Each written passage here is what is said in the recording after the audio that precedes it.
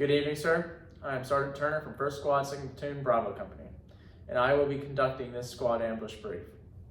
We will begin here to the north at our ORP. At the ORP, I will assemble the leader's recon and issue a GOTWA to the rest of the squad. With the leader's recon, I will then identify the release point.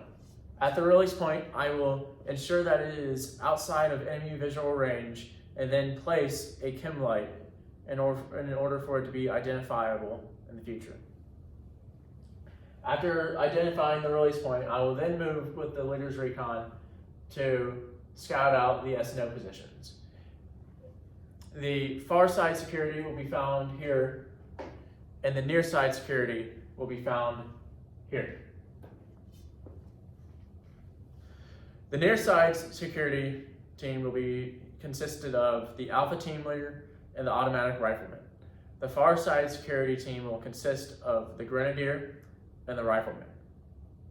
I will issue GOTWAs to both of these teams in order for them to know when to disengage after the ambush has been conducted. After placing the S&O teams, I will then continue on with the AG to scout out the support by fire position and the assault position. The support by fire position will be placed here at a location where they have a good view of the road and the kill zone. The assault position will be placed right here. The assault position is within good cover and concealment and has good visual of the kill zone.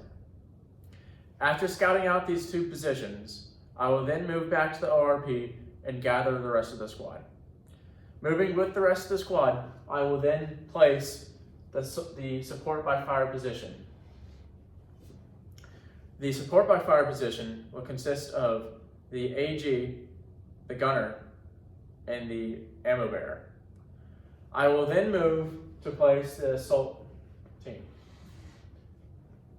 The assault team will be consisted of the grenadier, rifleman, squad leader, myself, the Bravo team leader, and the automatic rifleman. After all these positions have been set, I will report to hire that the ambush is set. We will wait for the enemy to reach this location here. We expect that the enemy will dismount at the intersection as it is their doctrine to dismount at intersections or at difficult terrain. Initiation will be conducted through an AT-4 targeted at the enemy CSK. It is important to eliminate the enemy CSK to prevent the enemy from mounting and making a hasty withdrawal. Once the AT-4 has been destroyed, enemy infantry will be eliminated. After eliminating enemy infantry, we will then assault through the kill zone. The LOA will be placed here outside of enemy hand grenade range in case there are any surviving enemies. Once we have reached the LOA, I will then deploy the EPW team and they will begin to search the enemy casualties and gather enemy equipment. After enemy equipment has been gathered, I will then call red and the assault team will withdraw, moving through the choke point and back to the rally point, which will be the release point. After red has been called, I will then call white, and the support by fire will then also move through the choke point and back to the RP.